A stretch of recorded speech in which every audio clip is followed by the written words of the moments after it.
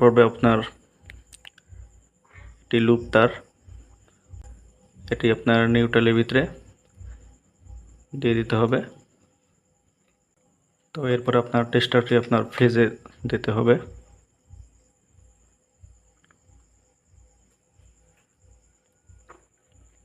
আপনারা দেখতে থাকুন। তো এটি হচ্ছে আপনার ফেজ।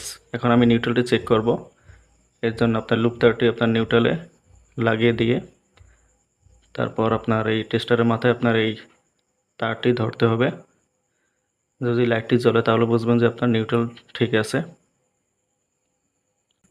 তো দেখতে পাচ্ছেন আমার নিউট্রাল কিন্তু ঠিক আছে।